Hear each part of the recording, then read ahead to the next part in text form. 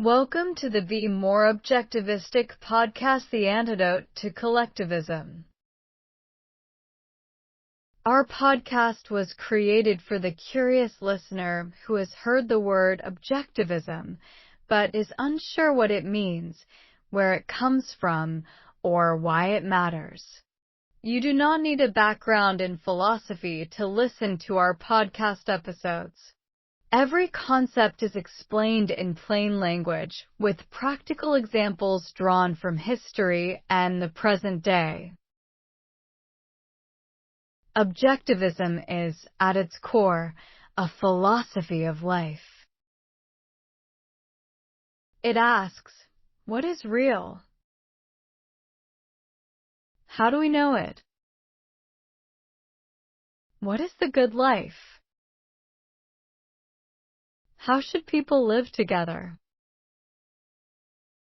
These questions are not dusty academic abstractions. They are the very questions that drive political movements, shape economies, and determine whether civilizations flourish or collapse. In an era of surging collectivism, government expansion, and ideological conformity, understanding objectivism has never been more urgent. Whether you are a student, a professional, an entrepreneur, or simply a citizen trying to make sense of the world, this podcast will give you a foundation, clear, logical, and grounded in reality, for thinking about freedom, morality, and the future of human civilization. What is objectivism? A plain language introduction. Philosophy matters. Every person operates on a philosophy, whether they know it or not.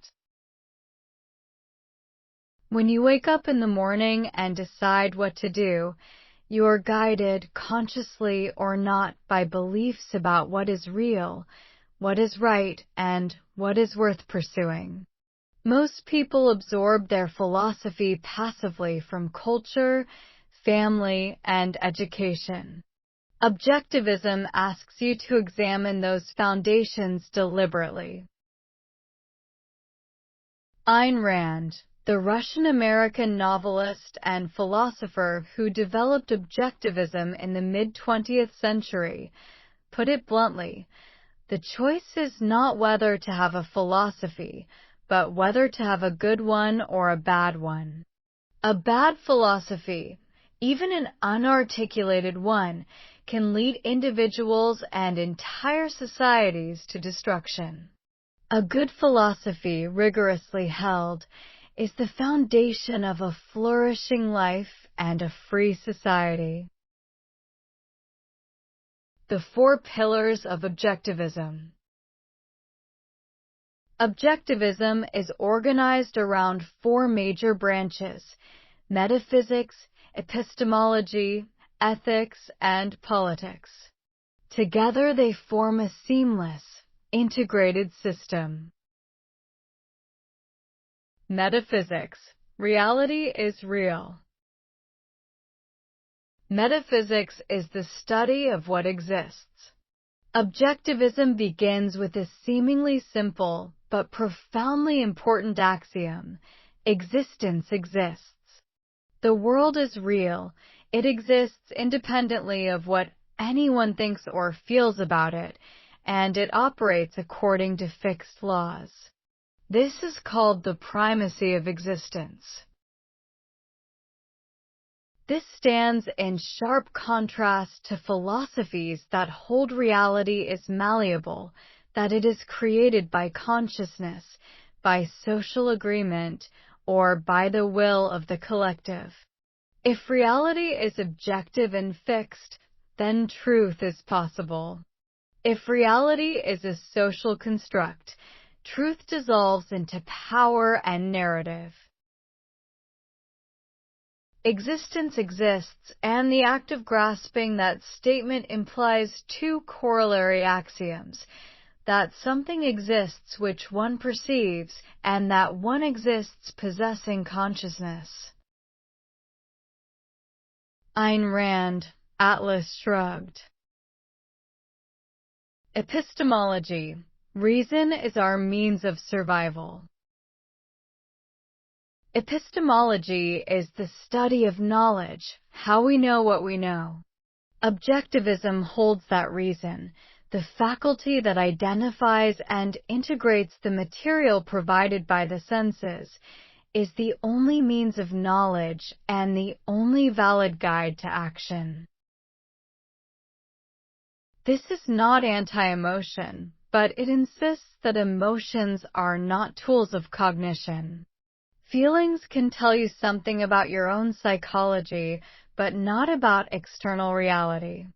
Only disciplined, logical thinking, tested against the facts of the world, can give us reliable knowledge. Ethics. Rational self-interest. Objectivism holds that morality is not given by God, tradition, or the state. It is derived from the facts of human nature. Because humans survive by the use of reason, rationality is the primary virtue. Because each person's life is their own, the proper purpose of a moral person is to pursue their own happiness and flourishing, not as selfishness in the crude sense of stepping on others, but as the principled, long-term cultivation of one's own values, talents, and relationships. This is a direct rejection of altruism as a moral duty, the idea that one is morally obligated to sacrifice oneself for others. Objectivism says that voluntary benevolence is admirable, but that coerced sacrifice destroys both the individual and society. Politics. Individual rights and laissez-faire capitalism. From its ethics, objectivism derives its politics, a society of free individuals, each possessing inalienable rights to life, liberty, property, and the pursuit of happiness. The proper role of government is narrowly defined to protect those rights through police, courts, and national defense. Nothing more. The economic expression of these principles is laissez-faire capitalism, an economic system based on voluntary trade free from government coercion.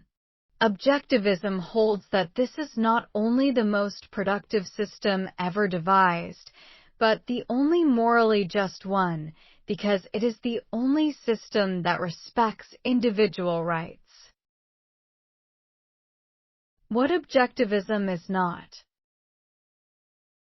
Because objectivism is often misunderstood or caricatured, it is worth briefly noting what it is not. It is not a license for brutality or cruelty. Rational self-interest does not mean harming others. It means respecting the rights of others as a condition of living in a civilized society. It is not anarchism. Objectivism strongly supports a limited but powerful government with a monopoly on the use of force to protect rights, not to grant favors. It is not mere greed. The entrepreneur or producer celebrated by objectivism is a creative, long-range thinker who creates value, not someone who exploits or manipulates. It is not atheism as nihilism. Objectivism is non-theistic, but holds a deep reverence for human life, achievement, and the grandeur of the world.